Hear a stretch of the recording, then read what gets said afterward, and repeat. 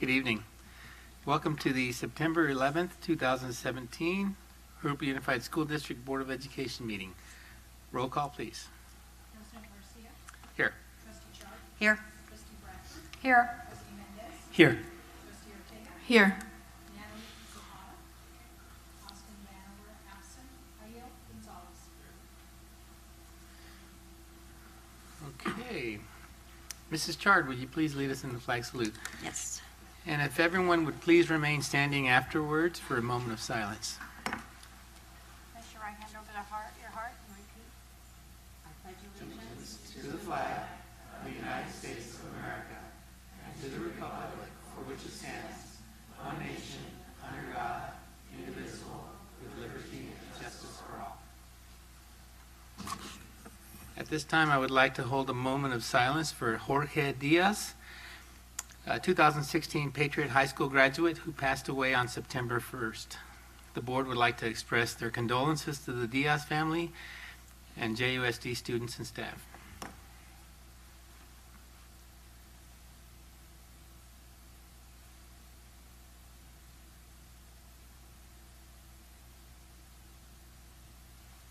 Thank you. Please be seated.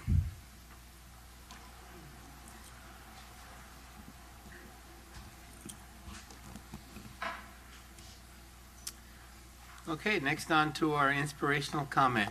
Mrs. Bradford. Good evening. This quote I've seen attributed to Mark Twain, but as he himself might say, "'tain't so." It wasn't noted until relatively recently, 1990, when the best-selling author H. Jackson Brown Jr. published the quotation in P.S. I Love You, which was a collection of wisdom from his mother, Sarah Frances Brown. Each remark of hers was prefaced with P.S. and ended with, "I love you, Mom." Here it is. 20 years from now, you will be more disappointed by the things that you didn't do than by the things you did do. So throw off the bow lines, sail away from the safe harbor, catch the trade winds in your sails, dream, explore, discover. Thank you, Mrs. Bradford. On to Mrs. Elzig, reports from closed session. Thank you. Only one report tonight from closed session. The board voted to revise the resignation agreement of certificated employee number 068943 to an effective date of November 8th, 2017. That was with a 5-0 vote. Thank you, Mrs. Elzig. On to recognition. First item, recognize receipt of Louis B. Krieger Water Project Grants for Educators. Sorry, let me back it up. Sorry, guys. Welcome 2017-2008 student board members. Mr. Duchamp. Good evening, ladies and gentlemen. I'm glad to have you here. If we could start with Natalie Zapata and your report from Jurupa Valley High School. Thank you. Good evening, President Garcia, members of the board, Mr. Duchamp, and cabinet. These past 3 weeks have been very busy for the Jaguars. On the 18th of August, class of 2018 started a new tradition. They held our school's first senior sunrise. Nearly half of our senior class participated and arrived bright and early at 6 a.m. with tents, canopies, and blankets to watch the sunrise together as seniors. It is their hopes that future graduating classes will carry on this tradition. On Monday, August 21st, we had our first back-to-school night. Families and staff arrived at 5:30 p.m. to enjoy a delicious In-N-Out dinner they purchased to help fundraise the AVID program. Clubs, tables were set up all around campus to not only get our students, but our parents involved in our school. ASB students had vibrant colored balloons with sayings like "Ask me a question" or "Hablo Español" to ensure that all of our parents knew where to go and had all of their questions answered. The night was a great success. Friday, August 25th was our first football game of the season. Because our student section is called the Jungle, the theme was "Welcome Back to the Jungle." Students came to the school that day in their safari and tacky tourist gear and wore it to the game later that night. Even though the game did not end as the Jaguars had hoped, the night was filled with fun excitement compared to the previous years first home game, we made a remarkable improvement in our school spirit. Our Hall of Fame ceremony is this week on September 13th at 6 p.m. in the JVHS library. The inductees are Brady Kocher, Melva Morrison, Mark and Laura Abbott. We are looking forward to recognizing them for their great contributions to JVHS. Student Kyle Dayton was selected to serve as a National FFA Convention delegate representing California FFA. Out of the 87,000 students in the California FFA Association, they only selected 40 students, and Kyle was one of them. This is Jurupa Valley's FFA's first ever National FFA delegate, and it is such a prestigious honor. Another awesome Jaguar, Jacob Singavong, was selected to participate in the NFA-ME, All National Honor Choir Ensemble, representing our district and California. Jacob and 280 other vocalists selected from the states around the country will join together in November to make music and perform a concert as one of the finest high school honor choirs. This is Jurupa Valley's first ever National Honor Choir participant. Homecoming is this week on the 15th of September. The theme for this year is Throwback Cartoons. There will be a pep assembly during fourth period to kick off the excitement and to recognize our fall sports. In the evening, our annual homecoming parade led by our 2017 Grand Marshal, Mr. Joshua Erickson, will begin at 6 p.m. followed by the game at 7. The evening will finish off with a dance beginning at 9 p.m. Thank you, and this concludes my report.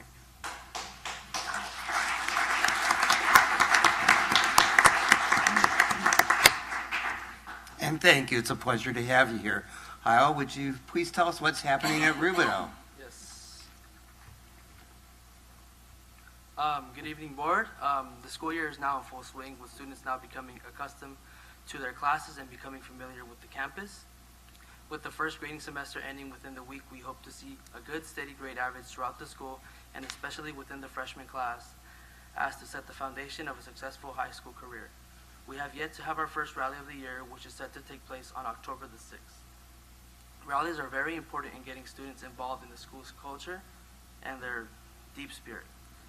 Falcon Athletics have started the fall season, and all have started with wins at home, except for varsity football, who lost to Patriot 21-20. Cross country has yet to start their home season, which won't start until the 20th of September. That concludes my report. And thank you very much.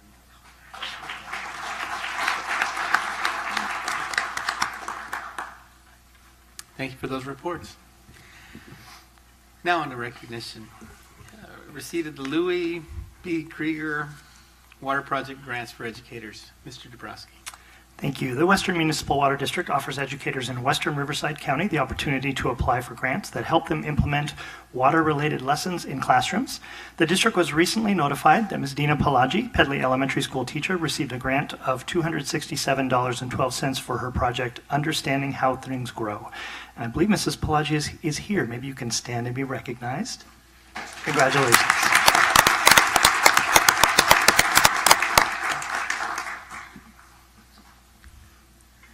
Congratulations, Ms. Pelagi. Next item, recognize Jurupa Valley High School student, National FFA delegate, Mr. Dabrowski. All right. Well, you already had a preview about this. Is Kyle Dayton here tonight? Can you come up and be recognized, Kyle?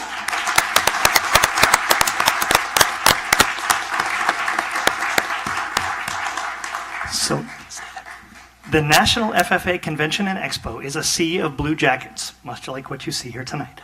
FFA members from all corners of the nation converge in one place to celebrate their accomplishments and find inspiration for their next ones. Over the summer, one of our Jurupa Valley High School FFA students received fantastic news. Out of the 87,000 students in California FFA, they selected only 40 students to serve as convention delegates. Representing California FFA is Mr. Kyle Dayton, Jurupa Valley High's first ever national delegate.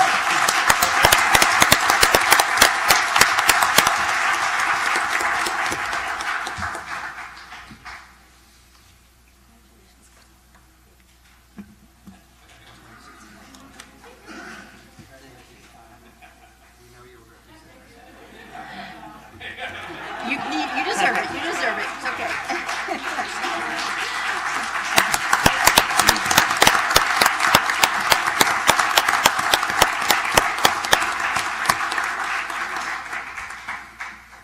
congratulations again, Kyle.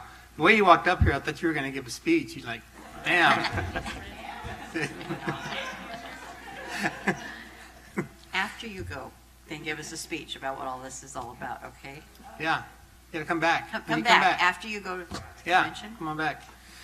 Okay, next item, recognize funding for 21st Century Community Learning Centers, elementary and middle. Mr. Dabrowski. Thank you. CDE recently notified us that funding for the 21st Century Community Learning Centers program at elementary and middle school has been awarded in the amount of $282,150. Thank you. And the last one, recognize receipt of grant, youth risk behavior survey participation. Mr. Dabrowski. Thank you. The CDE also notified the district that Jurupa Valley High School has been awarded the Youth Risk Behavior Survey Participation Grant in the amount of $500. Thank you, Mr. Dabrowski. Next item, board member comments. Start with you, Ms. Ortega. Kyle, congratulations. Believe it or not, I was also an FFA student, and I broke out of my shell thanks to FFA. And just coming up here and shaking hands, we know that you are going to well represent us out there, and we're very proud of you. So thank you for all that you do. And board students, it's nice to see you and sit right next to you guys for the first time. It's really awesome to see how well prepared you come and share with us all that is going on in the high schools that we might not have enough time to go out and see, but we get a fresh news with you guys. So I thank you and for coming really well prepared. It shows. Thank you. And a lot of the recognitions today also bring a lot of heart to me, because here in the room, I noticed my first grade teacher, Mrs. Castro. I knew her as Ms. Mendoza, and she's here. So every time I see a familiar face, I have to say thank you, because I am the person I am today thanks to my mentors and my teachers who made a great impact in my life and my family's life. As you all may know, I have seven brothers and sisters total. So I was the first one from my family to go to college, and I am a product of this district, and to come and serve and see the same teachers still serving means a lot to me. And I thank you so much, Mrs. Castro, Ms. Mendoza, as I knew you, for my first grade teacher. Yes. And also the youth at risk behavior survey that we participated, that's amazing, because we have many students who are at risk, and us being able to participate and take note into that we can serve better our at-risk youth means a lot to me. I was labeled an at-risk youth, and look at what I did and what I came back and to do.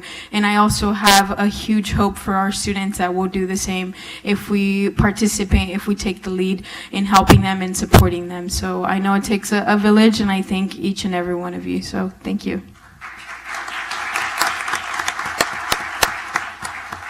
Thank you, Ms. Ortega. Mr. Mendez. Thank you, Mr. President. My congratulations to you as well, Kyle. It's an extremely rare occurrence for something like this to happen, and it's a great honor for you and, of course, for us as a district to have you represent us. And I know you'll do a fabulous job in that capacity, and I will prepare to do that.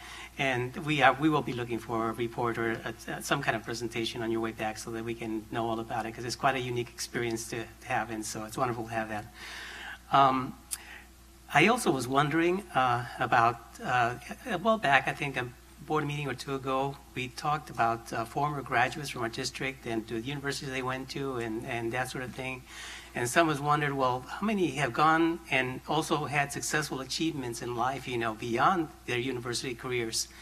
And the thought sort of came around back home a full circle during one of the visits during the back to school nights. As I was visiting Rubidoux High School, one of the students said, introducing ourselves to each other, he said, well, you know what, I actually graduated from Rubidoux High School, and I'm back here as a teacher. And so we had a conversation among just a few of us, and it turned out that just among the three of us, we named like about 15 or 16 teachers that graduated from Rubidoux and are back teaching at Rubidoux again. I think that's awesome. And that sort of took me another step. In former years when I've attended the welcoming breakfast for new hires to the district, invariably there are several teachers that have graduated from schools in our district that have come back to teach in our district. So I found it intriguing to find out how many actually graduates from our schools are back in our classrooms or in other capacities in our district, in administration or in other areas of our employees of our district. I think it'd be fascinating to find out. I think we'd be kind of wowed by it. So I don't know if it's too much work for a staff to do something like that. And this is something I'm just thinking off the top of my head. But I just think it would be awesome to see what the numbers look like and what we can come up with, because it's just incredible. As I go around the district and crossing paths with people that have been educated in the district or graduates of our district and are back home.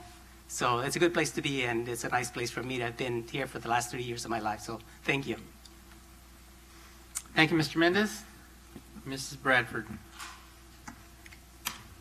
I'm way too new to recognize any of the teachers and staff in this audience, but those of you who are, I'm speaking to you, and the district staff, superintendent. When I look out at this group, I think this is what makes a place a fine community in which to live. When I see the young people who are not afraid to come make a presentation in front of a group of adults who are unknown to you and speak with the authority and articulation that you do, I am so proud of you. And I get very angry when I hear people talk about the IE as a less desirable place because we don't have a beach. I don't care. We have you, and I am so happy to be a part of this community. I went to my first back-to-school night at Patriot last week, and to look around and see the wonderful facility and to talk to the teachers and to look at the marvelous future that our students have. I say thank you again for helping me to fit in and become a part of this. Thank you. Thank you, Ms. Bradford. Mrs. Chard. I too want to congratulate Kyle. I know it's been a tough year at Jurupa Valley, and you came through with flying colors for us, so good luck to you. I hope you enjoy serving on this national committee and going to the convention. It'll make us proud, I know. I also want to thank you, the student board members, for your information. It's good to know when we don't attend some of the activities, to know what you guys are doing and what you're going through. But I do need to correct our Rubito one, because we won Friday night or Thursday night. We beat La Sierra, so we have one win and one loss. But we're going to win more. I also want to take Memo up on this little thing. Maybe Memo and I can form a little committee, and between the two of us, yes, well, yes, and Ms. Ortega too. Between the three of us, perhaps we can come up with some information and report back to the board at a later time, so maybe we'll get together and do that. I did attend Rubito's Back to School Night, and I attended Jurupa Valley's Back to School Night, and I was so impressed with the enthusiasm of the parents at both sites, as well as the enthusiasm of the students. They were excited to have people there. The parents were excited to go. There were parents in every room talking to the teachers, listening to what they have to say, looking at things, and I do not remember that when I was in school, that the parents were so involved. I think now our parents are more involved than our parents were, at least at the high school level. Now, I think elementary is a little different thing, but I do think that our parents for our high school, and I'm so proud that our parents are being able to work jointly with all of our staff. I was watching TV the other night, and I cannot remember the name of the show, but it was about schools across the nation and how they need to improve. And every one of these things that they said, our district is already doing. We are not behind the times. We are ahead of the times, in my opinion. My husband and I watched it, and he says, you guys do that, you guys do that. All of our schools are doing the different academies, the STEAM programs, the STEM programs, all of this. And these were all high schools, but we're even doing some of this at the elementary level and the junior high level. So I'm very proud of this district. We are not behind. We were not noted in the information, or in the program, but maybe the next time they do something like this, they will recognize our district, get word on us. So I think that's all. Thank you. All right, thank you, Mrs. Chard, and I agree with you on that. I just, we're starting to get a little more press, but hopefully we get a little more positive press in the future here. So, real quick, congratulations to Kyle again and Jacob for their recognitions from Jurupa Valley High School. Ms. Pelagi, congratulations again. My kids went to Pedley, so I know Ms. Pelagi well. And this morning I had an opportunity to go to the VFW September 11th ceremony with Mrs. Ford. Beautiful ceremony. It's pretty short. At 5:46 they do a flag raising, and the fire department was there, and they had their radios, and all across the county. They did it all at the same time, so you could hear it across the radio. But as I was sitting there thinking afterwards, that kind of fascinated me was that back on 9/11 when that happened,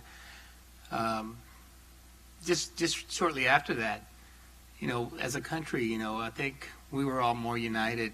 Everyone, didn't matter who, than I think we've ever been more united in my lifetime.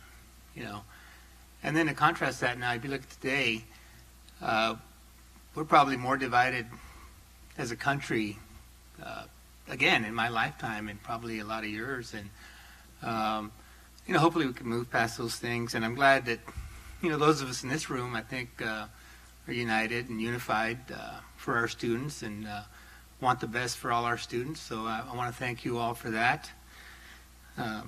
Back to school nights. A couple of did Patriot High School in Jurupa Valley, Jurupa Middle, Miraloma Middle, Granite Hill, Indian Hills, and Glen Avon. So tried to make it as many as I could this year.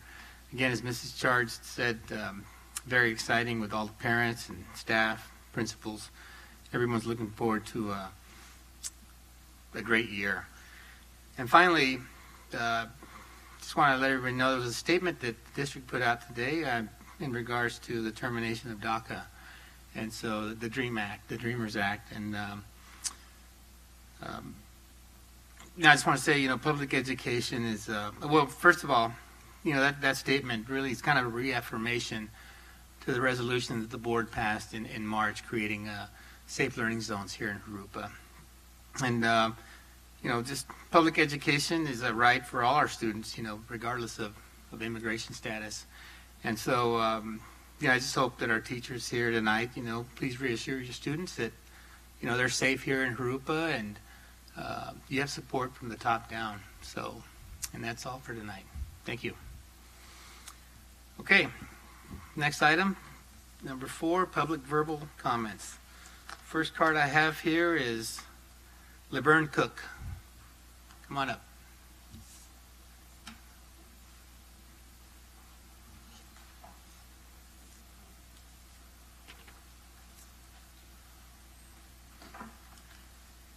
Bienvenidos a padres y familias de la comunidad, y Presidente Garcia, board members, Mr. Deshawn, and other members of the Jurupa Unified leadership here.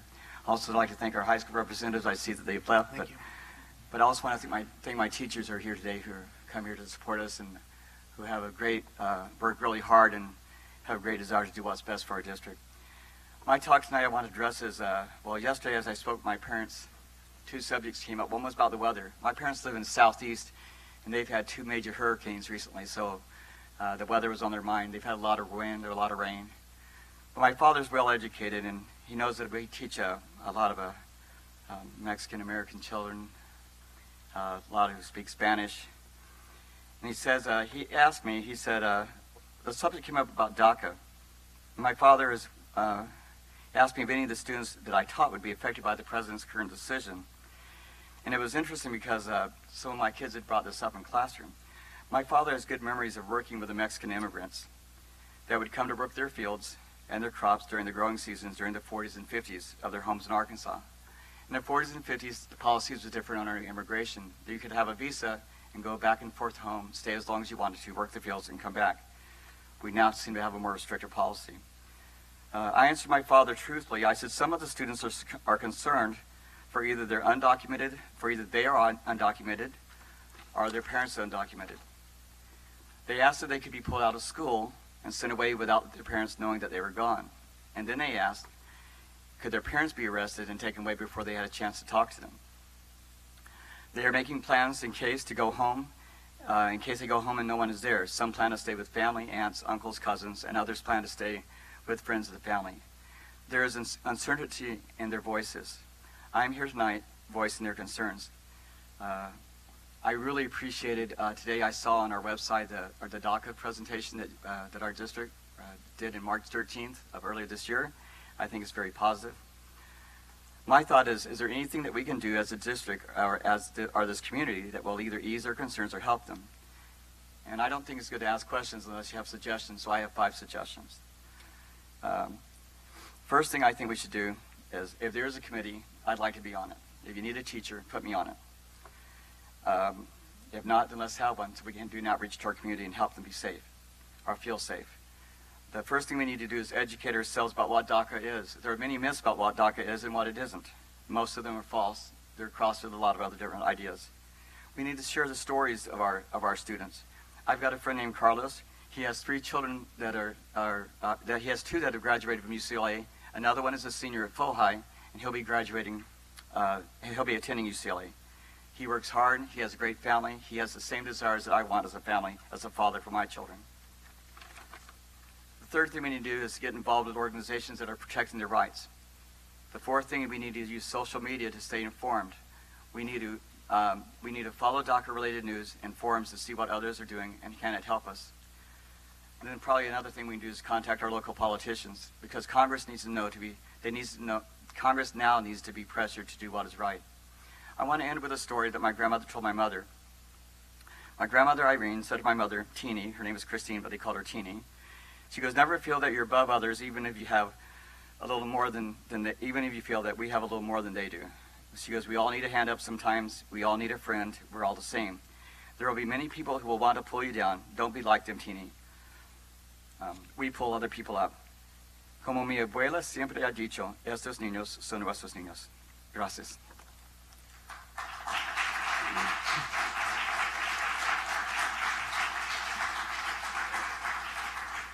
Thank you, Mr. Cook. Mrs. Silvia Olguin.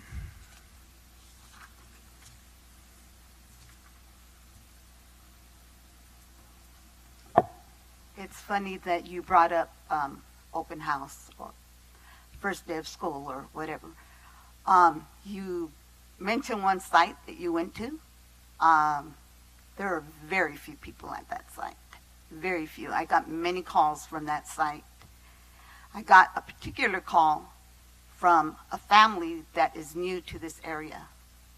Before their kids even enter school, they were told that this particular site is a racist site, that the administrator there is racist. When you looked at that school, there were nobody there.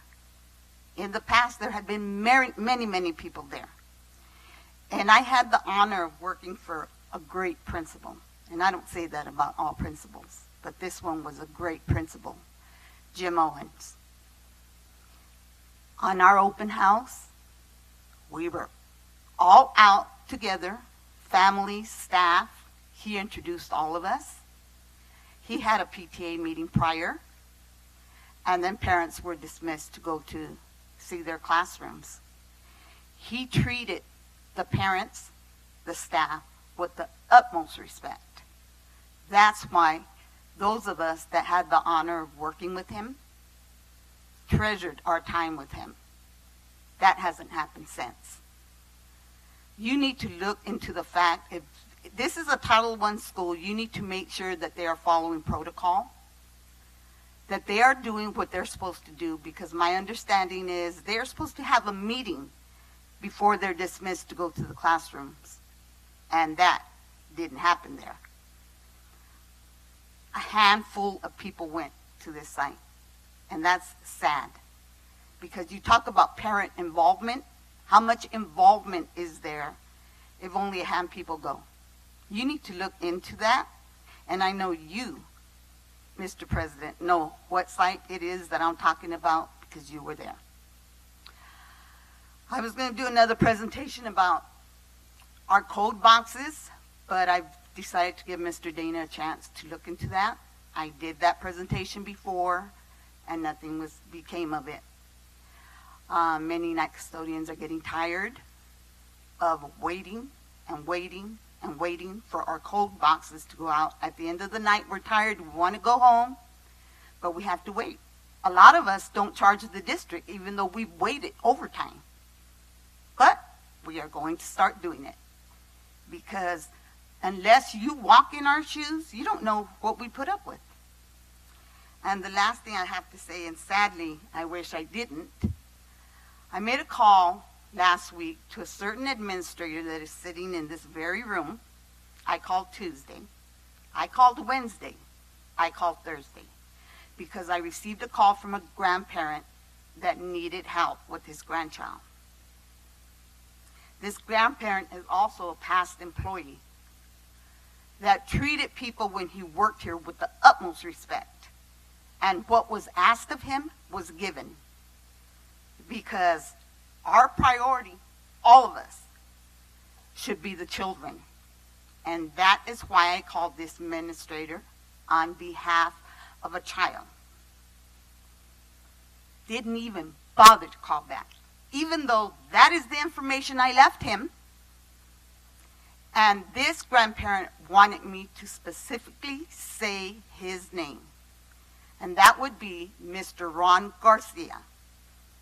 And he had a question for this administrator. What happened to customer service? What happened to put the kids first? We are their support. That's all we are. Because if we didn't have kids, we wouldn't have jobs. So we got to make sure that everything that we can do for these kids to improve their future is happening. And I won't say the name of this administrator because I believe he knows who he is. I have mentioned his name before. And what that teacher just said about his grandmother saying, when you get up that ladder and you're above the rest of us, don't forget the people that helped you get there. You were down too, and you were helped up that ladder. And you should be gracious enough to give thanks for receiving the help you helped, which means you should be willing to put yourself out to help others. Thank you, Mrs. Holguin. It's okay. Next one we have here is Miss Wendy Eccles.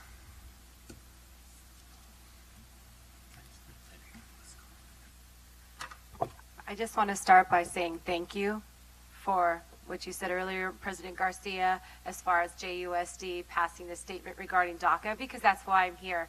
I had the same idea as Mr. Cook back there. We wanted to come and address the board. I want to say thank you to Superintendent DeShawn and again President Garcia, because back in February probably, you both took the time to talk to me about how important I thought it was to pass a Safe Schools resolution, and I was so happy I shared it with everybody that JUSD did pass that resolution.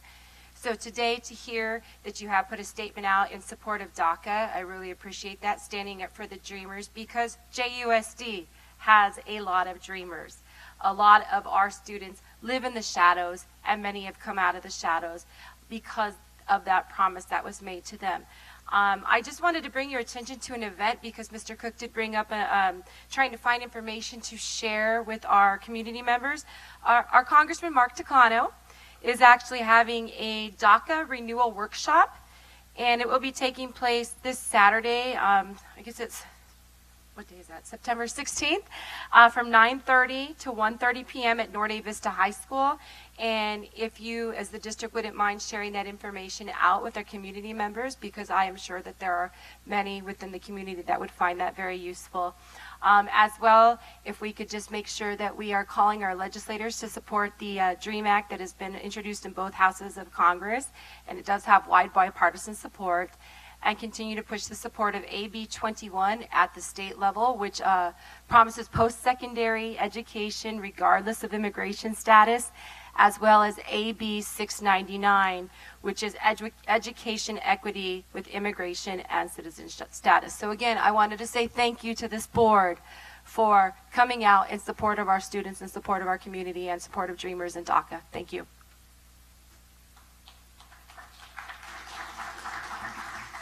Thank you, Ms. Eccles. Next, we have Mr. Paul Swan Van Lent.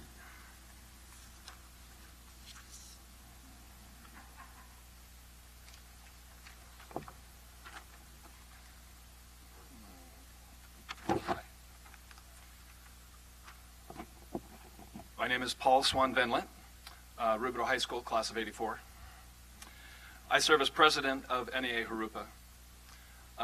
We honor the memory of the civilians and first responders killed by Al-Qaeda on September 11, 2001, in its attack on America's democratic principles, values, and free way of life, and recognize the lasting impact on their families, friends, and fellow Americans. I am here to represent the 970 members of NEA Jurupa, teachers, guidance coordinators, counselors, speech and language pathologists, psychologists, nurses, and others, whom you have recognized as working hard and being the best anywhere at helping Jurupa Unified School District students succeed. I recognize the many fronts on which our district is working diligently to serve students and improve the ways that we serve students, as well as the high quality of commitment we all have to doing what is best for our students. My time is short, so I must be brief and get to my point. By working together, we can do such a better job providing the best possible learning conditions for Jurupa students. Our members have been and continue to be directed to implement programs, policies, and procedures created and decided upon without our input that interfere with our doing what we know would be better for our students.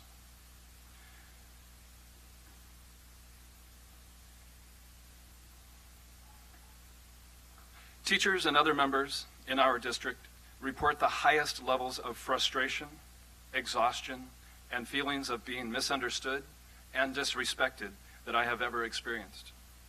Members of all job descriptions report the highest levels of workload imposed from outside of and counter to what their professional judgment and experience tell them is effective uses of their time.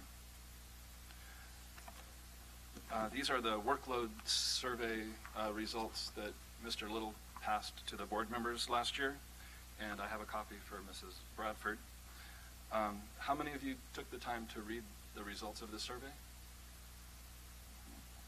I hope it helped you to understand how your employees are feeling overwhelmed and frustrated by externally imposed demands and restrictions on how we spend our time, actions, effort, and attention that we believe lead to not serving our students as effectively as would be possible were we allowed to exercise our professional judgment, expertise, and autonomy to a much greater extent.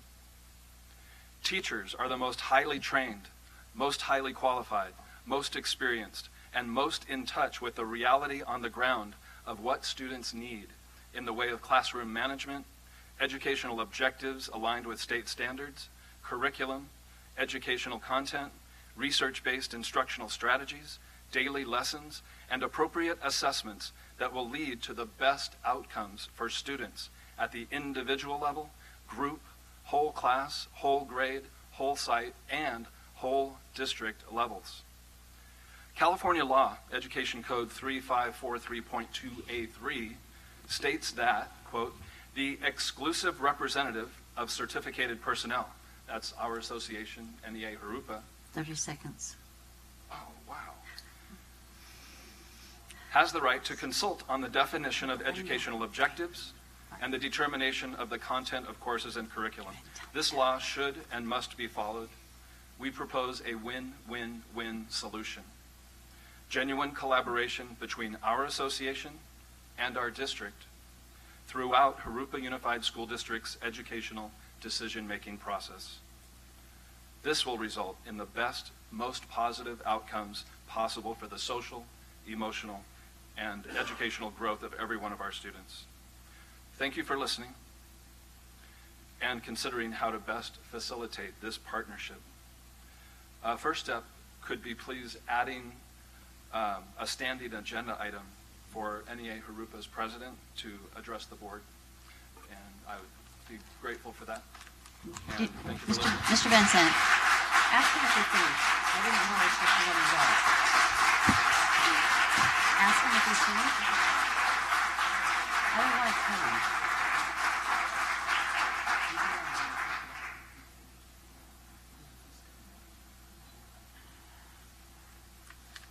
Mr. Swan Van Lith, did you have more that you'd like to if you want to go ahead and finish up? Yeah.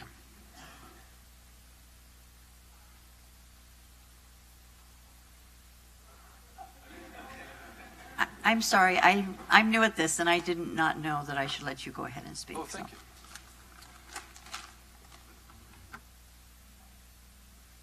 So I was talking about a win-win-win solution, a genuine collaboration between our association and our district throughout Jurupa Unified School District's educational decision-making process. This will result in even higher quality and more effective policies and procedures and programs for the district, better working conditions for our members in the field who implement them, and most importantly, this will result in the best, most positive outcomes possible for the social, emotional, and educational outcomes and growth for every one of our students. Teachers deserve teacher-directed professional development, time to plan lessons and collaborate with their colleagues, and shared decision-making to determine the most effective teaching methods, curriculum, assessment, and evaluation systems. Please understand that we, NEA Jurupa's 970 members, are committed to working together to realize this vision. Thank you for listening.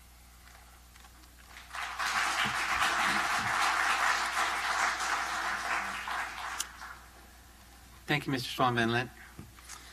Next, we have Ms. Carolyn Snow.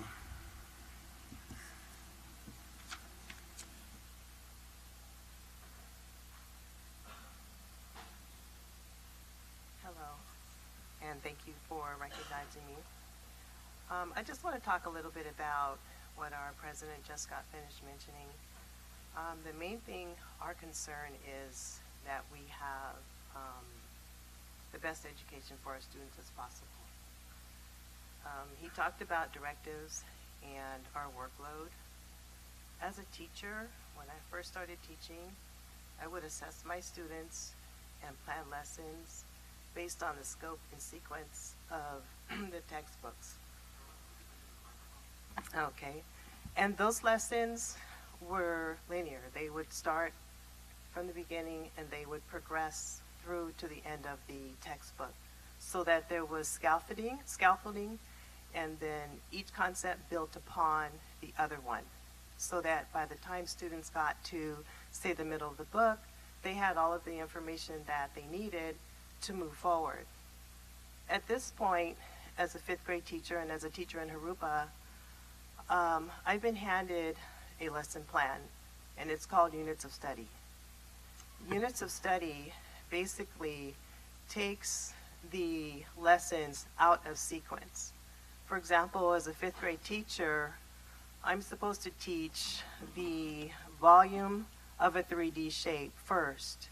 However, the students have not had any review in the basic math concepts concerning multiplication, decimals, fractions, and things of that nature that come up when you naturally have a 3D shape that you need to figure out the volume. So to determine the volume of a 3D shape, you need to multiply the length times the width times the height. You invariably come across two-digit multiplication. Well, my students haven't had that yet because that's in the first 1 or 2 chapters of the book. But I'm being asked to use this lesson plan that I've been handed and start with chapter 10 of the book, which skips over lots of information that they need in order to be successful. As I'm following this Units of Studies, I see the frustration on my students' faces And I have to make a decision as an educator to do what's best for the students so that they don't reach their frustration level and just give up because it's just too hard. They don't understand what they're being asked to do because they don't have the foundation yet, or maybe it's something that, over the summertime, they don't practice math facts over the summertime. So what we're asking and what our president just mentioned is if we could work collaboratively as an association and plan lessons that follow a natural progression for students to learn and to have a base before they move on to higher level concepts. Thank you very much.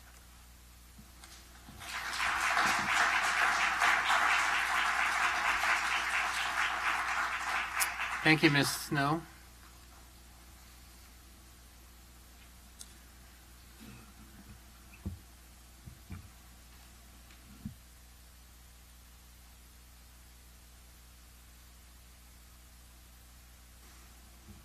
When I saw you come up here, Liv, I was going to say you already had your chance, but it's okay. Ms. Josefina Castro.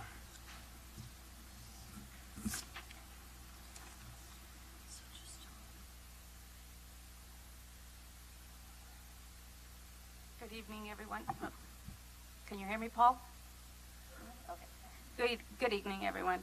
I was not really planning on speaking, but having heard what our president mentioned and what Ms. Snow mentioned, it does bring forth what Ms. Chart said. We are not behind. Jurupa is not behind. We're top-notch, and that's all because of the efforts of the Jurupa teaching staff, our counselors, our special ed personnel. We all embrace our responsibility. We embrace every student that walks into our classroom. Despite issues, concerns that they bring into the classroom, we embrace the child. And like Ms. Ortega mentioned, we take every single individual that walks into our classroom, and we don't just educate the child academically. We are the moms, we are the dads, we are the social workers, we are the caregivers. We are the ones that at times instill in these children the empathy, the compassion that the parents, for whatever reason, are not able to fill in those gaps. In doing so, we also take on the responsibilities of serving in committees. We serve in council, student council, school site council, instructional council. So we embrace our responsibility to the fullest. But it seems that the more we take on, it seems that more is being piled onto us, onto our plate. And the autonomy, the professional decision-making that we are responsible for those decisions that we make in our classroom are being stripped away. We no longer take the embedded curriculum assessments. We don't use those to our discretion. And as Ms. Snow said, we are giving units of study. When we go through the whole textbook adoption process, those textbooks, we are told, are written by experts, research-based instructional strategies and whatnot.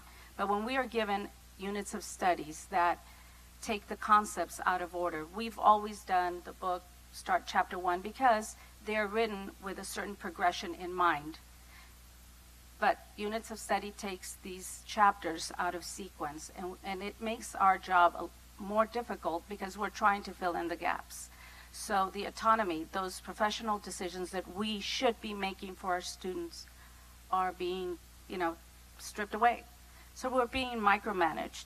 In addition to that, some of the things that are being put on our plates, like I know that our third grade teachers, they're doing dibbles testing 6 times a year. Each child, it takes anywhere from 5 to 10 minutes to test one child. In a classroom of 20 to 23 students, that's a lot of instructional time that's being taken away from the students. So we need to be able to make those decisions for our children where we don't sacrifice the instructional time. because we only have our children for 180 days, and every minute counts. So we hope that working collaboratively with the district, with board member support, and throughout NEAJ Jurupa, we will turn this around so that we give back our students the instructional time that they need, that they deserve. Thank you.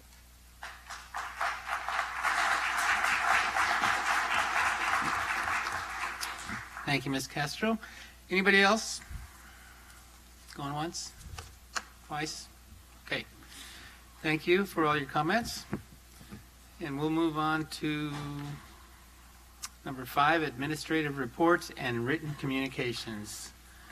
First one, report on Williams' fourth quarter overall rating. Dr. Hanson. Thank you. Every quarter, Riverside County Office of Education conducts facility inspections to report on the condition of school facilities. And for the 2016-2017 fourth quarter report, JUSD received exemplary ratings in the 8 sites that were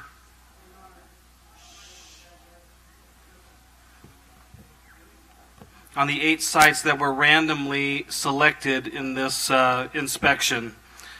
So tonight I would like to, so I'm actually glad that it was tonight. We've heard a lot from the teachers, and we certainly value the impact that they have on our students. However, I think it's important to recognize that many play a role in the success of our children, and I'd like to congratulate and recognize Mr. Tolan, the supervisors, and the custodial maintenance, our grounds, and our HVAC staff who have worked very hard to maintain our sites, hold our sites to the highest standard. And it's evident when we have outside entities come in to do facility inspections. And so I'd like to recognize them tonight for their tremendous work and congratulate them on receiving exemplary reports on all 8 sites that were randomly selected. Thank you, Dr. Hanson. Next one, item 5B, appointment of board representatives, committee assignments. This is mine. So I think the only thing here is we've got a new board member, Mrs. Karen Bradford. And so I've appointed her to the Career Technical Education Committee, the Facilities Committee, and the Budget Committee. Those were all committees that Ms. Donna Johnston was serving on. And we'll do another round of assignments at the end of the year, or beginning of the year. So welcome again, Ms. Bradford. All right. 5C, other administrative reports and written communications.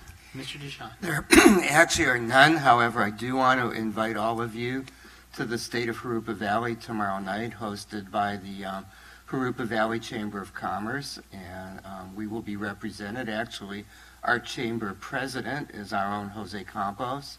And our mayor will be speaking, as well as representatives of other community agencies, so it should be an informative night. So hope to see you all there tomorrow. All right. Thank you, Mr. DeShawn. Next item,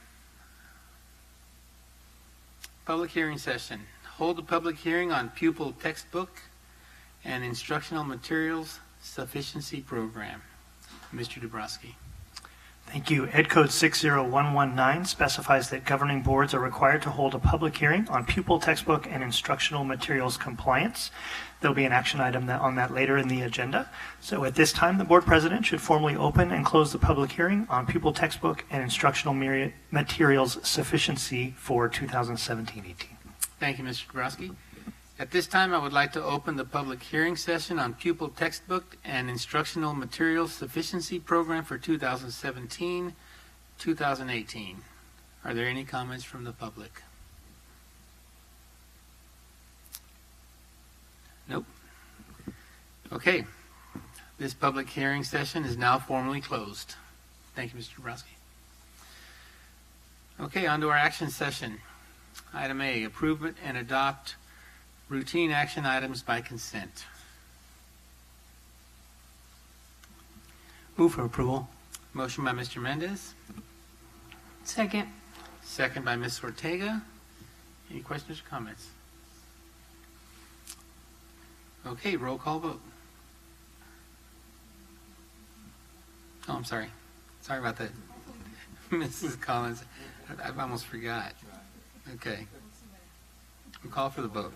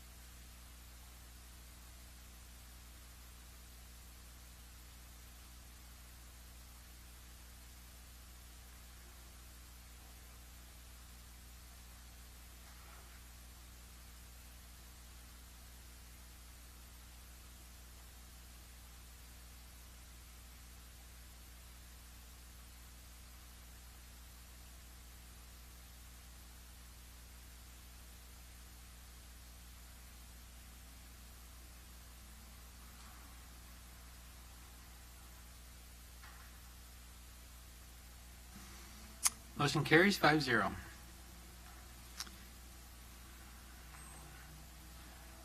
Okay, item B, consider actual revenue and expenditures for 2016, 2017. Mrs. Ford. Thank you. It's that time of year again, and in June, we actually brought to the board the 2017-18 adopted budget for your approval. At that time, the 16-17 revenue and expenditures were estimated.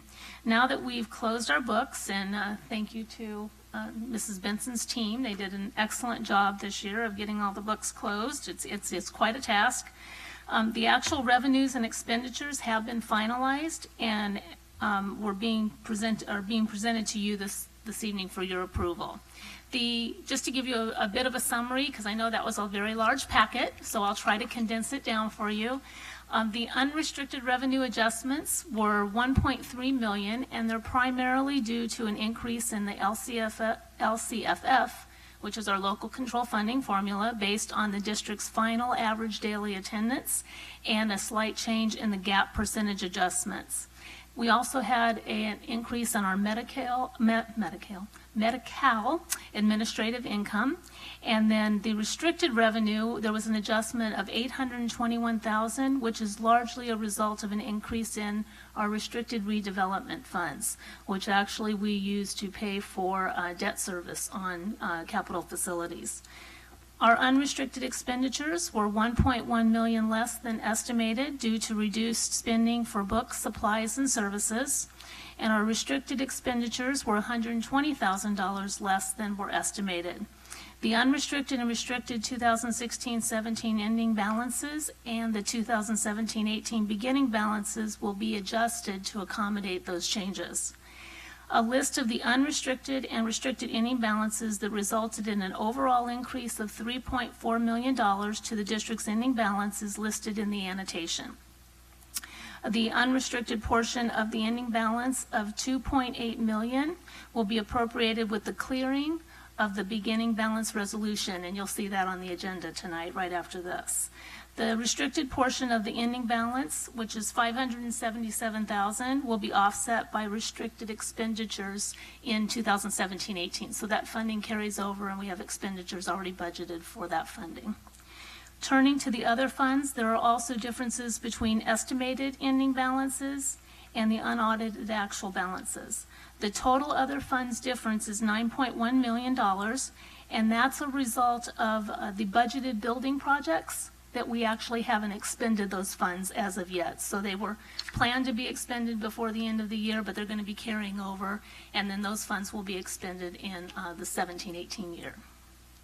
So at this time, administration recommends that the board certify the 2016-17 actual revenue and expenditures, and that the Form 01, which is the form we provide to the county and then goes on to the state, and the other fund reports, which are included in the backup materials, be filed with the Riverside County Office of Education. Thank you, Mrs. Ford. So moved. Motion by Mr. Mendez, Second. second by Mrs. Chard. Any questions or comments? Okay. Call for the vote.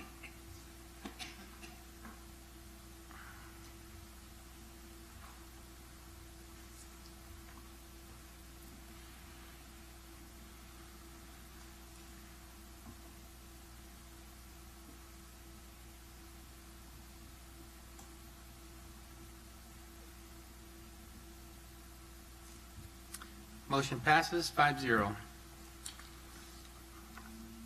Item C, adopt resolution number 2018/05, clearing of beginning balances adjustment account. Mrs. Ford. And this is what I referred to in the last item. This resolution authorizes the differences that I just went through in the unrestricted, restricted, and the other funds mentioned above to be brought into the 2017-18 budget. Now that we've closed the books, we have the actual ending balances for 16-17. They'll become the beginning balances for 17-18. And a total difference of $12.5 million is the ending balances of all, which includes the ending of balances of all funds, will be brought into our beginning balances. And this allows us to do this with this resolution. So administration recommends that the board approve resolution number 2018/05 for the adjustment of the 2017-18 beginning balances.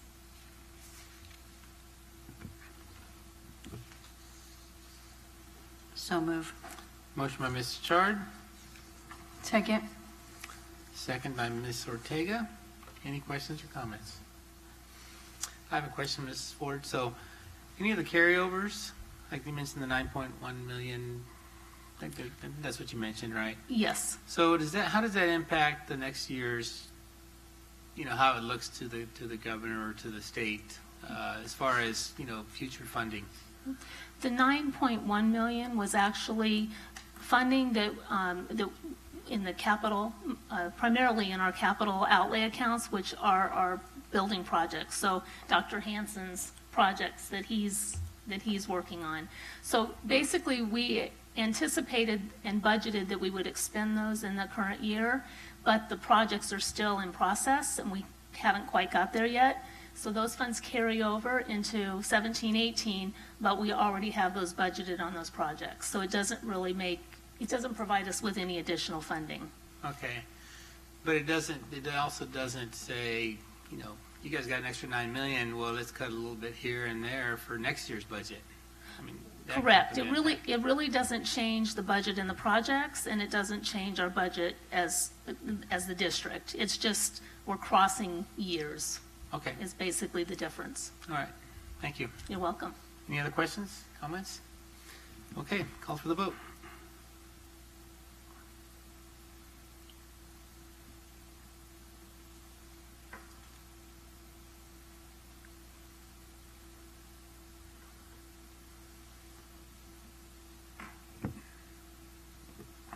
Motion carries 5-0. Item D, adopt resolution number 2018/06, authorize final expenditures of the education protection account entitlement for 2016-2017. Mrs. Ford. Thank you again. This is an annual requirement, and it was part of Prop 30, which was the tax initiative that was approved by the voters several years ago. And this is where school districts are required by board approval to determine how the monies received through that education protection account are spent, and they need to do that in a public meeting. Prop 30 language states that funds may not be used for administrative salaries or other administrative costs. And we have to provide our final 2016-17 EPA funds, and that's $24.4 million that have been received. And those EPA funds were spent entirely on classroom, teacher, instructional salaries. And these are not additional funds. This is part of our LCFF funding that we receive, but it's specifically identified as that part of that Prop 30 funding that comes in. So we have to do this extra step on that. So administration recommends the board adopt resolution number 2018/06, authorize expenditures of the education protection account, EPA, entitlement for 2016-17. So move. Motion by Ms. Ortega. Second. Second by Mr. Mendez. Any questions or comments? Okay, call for the vote.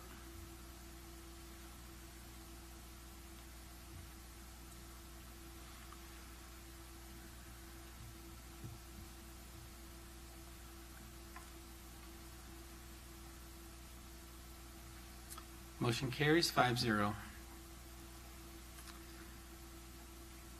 Item E, adopt resolution number 2018/07, appropriations limit to Article 8-B of the California State Constitution, the GAN limit. Mrs. Ford. Okay, this is our last one. I'm sorry, that was Article 13. Sorry. That's okay. Okay. It's still the GAN limit. Okay, I'll give you a brief background. In 1979, California voters enacted Proposition 4, so this is another proposition, referred to as the GAN limit, requiring all public agencies to compute an annual appropriations limit based on a formula provided by the state.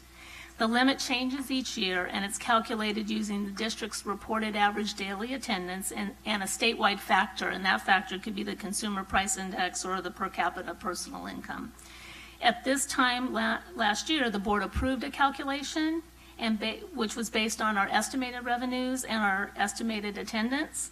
The district is required to submit a recalculation once we have those actual numbers for 16-17, and then we're also required to provide an estimate for our 17-18 using that same information. It's important to note that the limits do not impact the amount of money the district may spend. It seems like it says GAN limit. It would do that, but it doesn't. The 2016-17 appropriations limit was calculated from the estimated $125.1 million to an actual of $123.3 million. And for 17-18, the estimated appropriations limit is $127.4 million.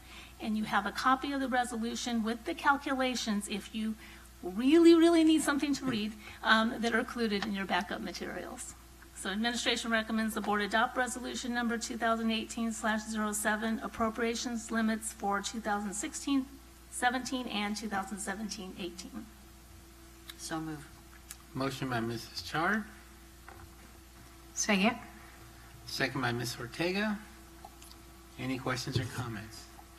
I had a question. So, do we create the formula depending on The formula comes from the state. the state, and we Yes. adjust it to? Correct. So we enter our average daily attendance okay. numbers, and then the formula is calculated from there. So that's why it changes every year. Correct. So we have to put our actual revenues we receive and our actual average daily attendance. Thank you. You're welcome. Any other questions, comments? Okay, call for the vote.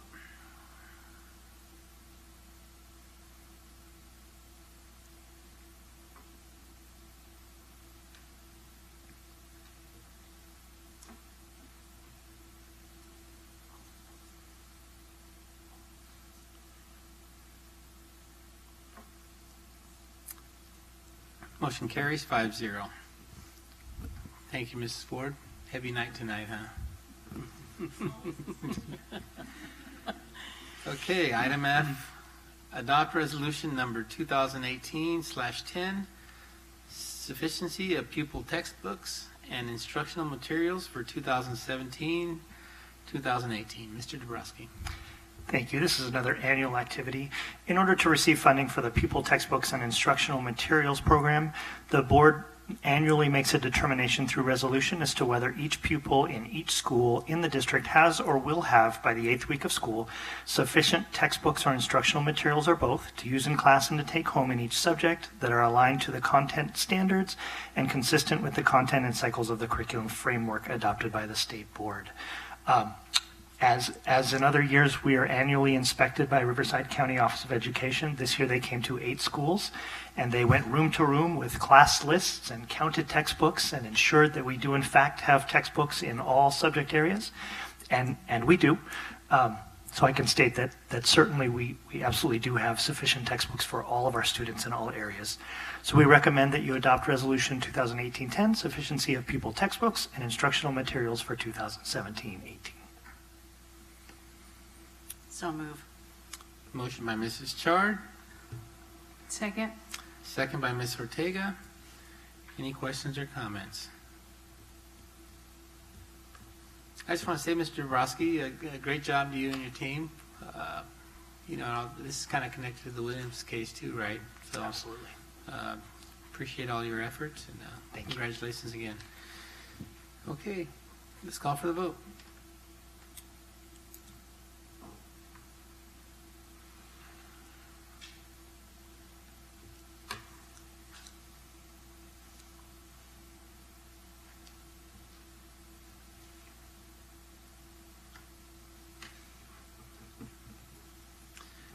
Motion carries 5-0.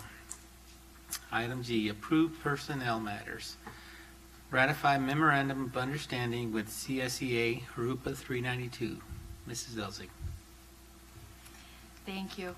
This tentative agreement was publicized at the last board meeting, and it is our understanding that CSCA Jurupa 392 ratified the MOU on August 22nd, 2017. So we bring it forward and recommend the board ratify the memorandum of understanding with CSCA Jurupa 392. So moved. Motion by Mr. Mendez, Second. second by Mrs. Chard. Any questions, comments? Okay. Call for the vote.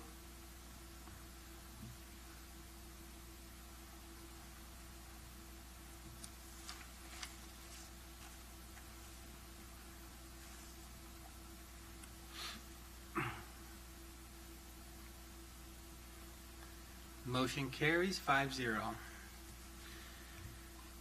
Okay, item H, board member committee reports. Let's start with you, Mrs. Chard. Or Well, additional comments. I don't have any committee meetings, haven't had any yet. I'm on the CTE committee and with Mrs. Bradford, and we will be attending one on the 20th, their fall organizational meeting to meet some of our representatives who are going to be teaching some of our classes and what we'll be looking for in the CTE program. Also, I will be attending the DAC meeting, but that hasn't come up yet. I'm assuming that'll probably be late October. I haven't heard yet when that was going to be. So I really don't have any others. I do appreciate Mr. Van Zandt. Swan Van Zandt. He has so many names. I'll get him right one of these days. I apologize for cutting you off. I wasn't aware that you have a little bit more priority here in something like that, and I should have let you go. And I appreciate all the teachers that came to stand up for this too. It looks good. It really looks good to us when we know that there are teachers who, want us to hear them. Instead of sitting back and letting you or a couple of people do the work. It's good to see all those come in. I think that's all I have for now. I will be attending the meeting, the State of the City tomorrow. So that was very good. I enjoyed that last year, and it's very interesting. If you haven't had an opportunity to go to it, you should, because it tells you a lot of the things in our community. We're a community, even though we work for the district, or we are a community, and we all have to support each other and work together. And that's the best way, is to find out what's going on and what the needs are of all these different organizations and different community groups. Thank you. Thank you, Mrs. Chard. Mrs. Bradford. I'd like to say again what a warm welcome I've had into the district and into this position. I'd particularly like to thank the cabinet, Superintendent Duchamp. They're outstanding and warm, and they're helping me to learn and understand as quickly as possible so that I can be useful to the district. And thank you again to my fellow trustees, sister trustees, for making me welcome here at the dais.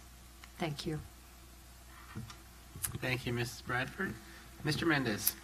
Thank you. I went to my first ELAC meeting of the year about a week ago, and it being the first meeting, one of the first order of business, of course, was to go over the purpose and responsibilities, particularly for all the new members that were on the committee, that are going to be on the committee this year. But there was also a lot of enthusiasm for many items on the agenda, including a lot of interest for the educations at the district office for adult education. Many of them were actually interested in pursuing, possibly obtaining their GED through that forum, among the other variety of programs that were presented. There was just a lot of interest in what we offer, so it's good that we do have those available to parents in our community. Another item that elicits a lot of interest as well too is the Café Literario the Literary Cafe. I think they meet over there at the Old Ed Center. And I think they had their first meeting September 5th, I believe. And they select a book, and they all get together reading the same book, and they exchange, their ideas on the book and converse about, the author and so forth. And this has been a program that the DLAC has been offering in the district for several years now. Iracema Guzman is the one that primarily heads that, and she does a fabulous job with those parents. And the group of parents that meets to just do that on a voluntary basis, that gets together on a regular basis, it's really amazing. And other than that, I think, like I said, was a lot of other information that was pertinent for them for this time of year. I was going to just mention again back to the recognition of the exemplary report by RCOE to our 8 sites, that I would venture to bet that if they had selected any other 8 sites in the district, the report would have been just the same. Because that's the pride, I think, and the quality of commitment that we have in our district to make our schools and facilities look their best for our students, our parents, and our community. Just like our teachers in the classroom, work every single day. Teaching is a demanding profession. It always has been.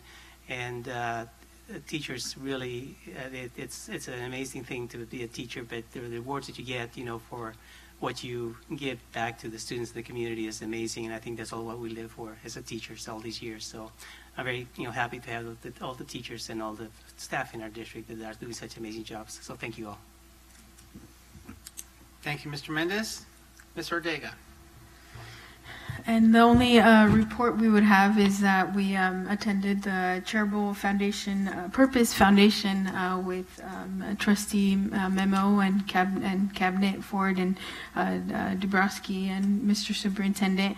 And it was really nice to see that we even have a little brochure that will be handed to all the schools on our foundation and what we're doing, part as a committee members, and really trying to support the students financially through their dreams. We have some of them wrote us thank you letters that we gave out scholarships to, and I'll just briefly read one of them that struck me the most. It says, "As a young child, I always wanted to make a difference and teach others the importance of going after their dreams. Now, thanks to your contribution to my college education, I will be able to do that by becoming a teacher after earning a degree at the University of California, Los Angeles." So things like that really, get us motivated even more to continue to do the work that we're doing. And I'm very grateful and thankful for being able to participate in this committee along with Cabinet. So that's all that I have to report. Thank you. Thank you, Ms. Ortega. I just have a few things here. I'll be at the State of the City tomorrow with Mrs. Chard and whoever else joins us, Mrs. Bradford. It's a pretty neat little event. I think they have food too this year, so I'll be there for sure. Yes, I knew that was probably your idea, huh? I also had an opportunity to spend the day with Mrs. Bradford and the Cabinet for new board member orientation, and I just want to say that she asks lots of questions, which is good, and I think she's gonna be a really good board member. So I just want to welcome you again, Mrs. Bradford, and look forward to great things. One thing that Mr. Mendez mentioned, a pretty good point about the Cafe Literario, which I've never had an opportunity to see that program in action. I've read about it, and I know Ms. Guzman personally, and I know she does a great job. But I think what he touched upon was the parent involvement. And so not only in back-to-school nights do I witness parent involvement any of the schools that I visit, but any of the programs that I might visit that Mr. Jose Campos has in his parent involvement community outreach. So I think we're doing a pretty good job with parent involvement. I know it's pretty new, but trying to get parents involved and giving them opportunities, whether it's in the evenings or some of them prefer in the mornings. So I think Mr. Campos is doing a pretty good job at trying to figure those things out, and every time I turn around, there's a new program. So we got a lot of great parents out there. So we appreciate that. And that's all I wanted to say about that. And finally, Dr. Hanson, great job on the newsletter. I would thank your team for that. I know, they're doing a great job putting that together with all the photos of the projects. Lots of projects going around. I mean, I can see the new school from Belgrade. It's coming along nicely, and throughout the district. So, please thank your team. I know everybody here. I mean, I want to thank everyone sitting up here. Great job on everything. And that's all I have for tonight. Mr. Duchamp, any final comments? Asked Denise to see the pictures of her new grandbaby born during this meeting. Congratulations, Mrs. Collins. We were going to have to see those pictures. So that's it for tonight, and we'll adjourn. Thank you.